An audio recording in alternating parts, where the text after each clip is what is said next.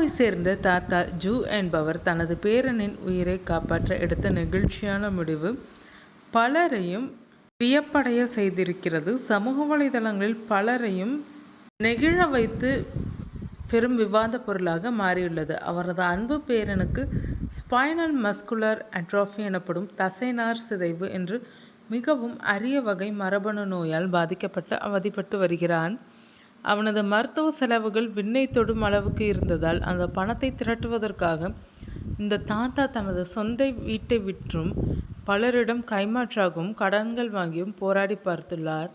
ஆனால் அப்படியும் பேரனின் தொடர் மருத்துவ செலவுகளை முழுமையாக சமாளிக்க முடியாத இக்கட்டான சூழ்நிலை ஏற்பட்டதால் முதியவர் என்றும் பாராமல் துணிச்சலாக மேக்கப் மற்றும் அழகு சாதன விளம்பரப்படுத்தும் பியூட்டி இன்ஃப்ளூயன்சராக அவதாரம் எடுத்து சோஷியல் மீடியாவில் லைவ் வீடியோக்கள் மூலம் அழகு பொருட்களை விற்க தொடங்கியுள்ளார்.